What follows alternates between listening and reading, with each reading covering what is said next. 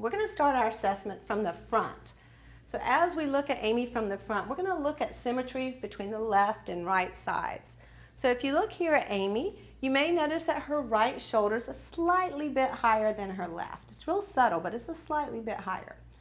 As we go down, we're going to take a look at her hips. So sometimes you can take your hands and run them down the side of the body until your hands rest on the top of their hip bone. And you may notice my right hand's just a teeny bit higher than my left hand. So that's another thing we might notice is the right shoulder's a little high and the right hip's a little high. So she's a little bit tilted up on the right side.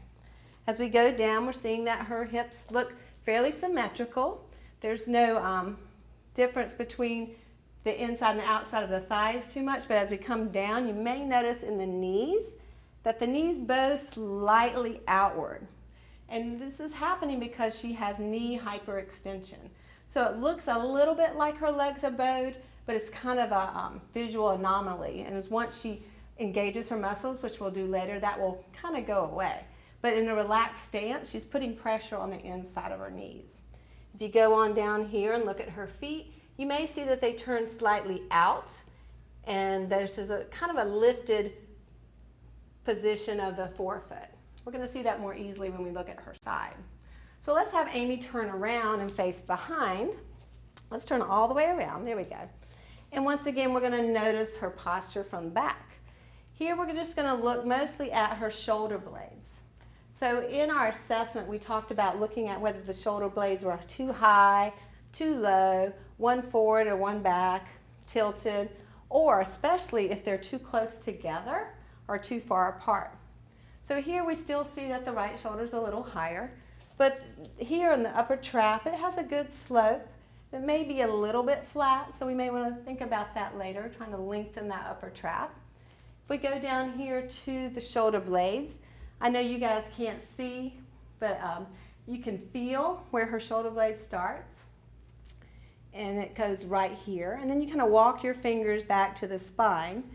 And in our assessment, we talked about wanting the shoulder blades to be about 3 inches from the spine. So here, if you notice, this is where her right shoulder blade starts. It's a little bit more than 3 inches, and especially you notice it's further away than the left shoulder blade. So it looks like this right shoulder might be forward just a little bit, and also too far away from the spine. Also looking down here, you may feel a little bit of extra rounding in her thoracic spine. We'll see that more easily when we look at her from the side. Going down here, we notice the lumbar spine, and we go down the hips, and everything's looking pretty good.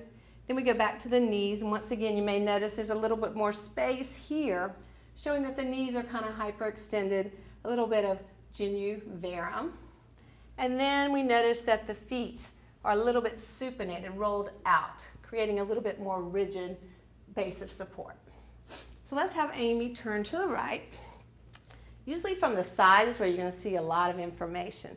So as we notice, Amy is standing in her most relaxed posture. And as she is, we're noticing her head is slightly forward. And if we look at her cervical spine, we notice an increased curve here and a more flattened curve here.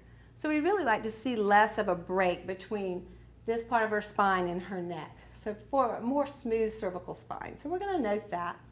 Here you can really see the forward shoulders, and everything adds together as everything is connected to everything else.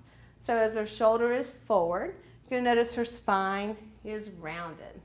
And this is showing us that she has increased rounding of the upper back, more than we would like to see.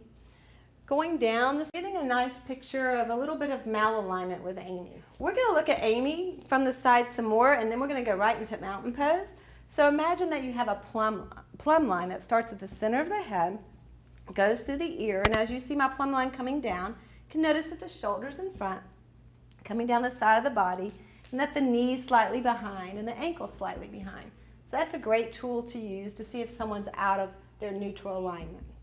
Now as we go into mountain pose, she's going to roll her arms back, engage her feet, soften her knees slightly, lift the heart, and you're going to see that just with a cueing of mountain pose, someone comes almost into perfect alignment. She's doing the best that she can, and she's perfect as she is.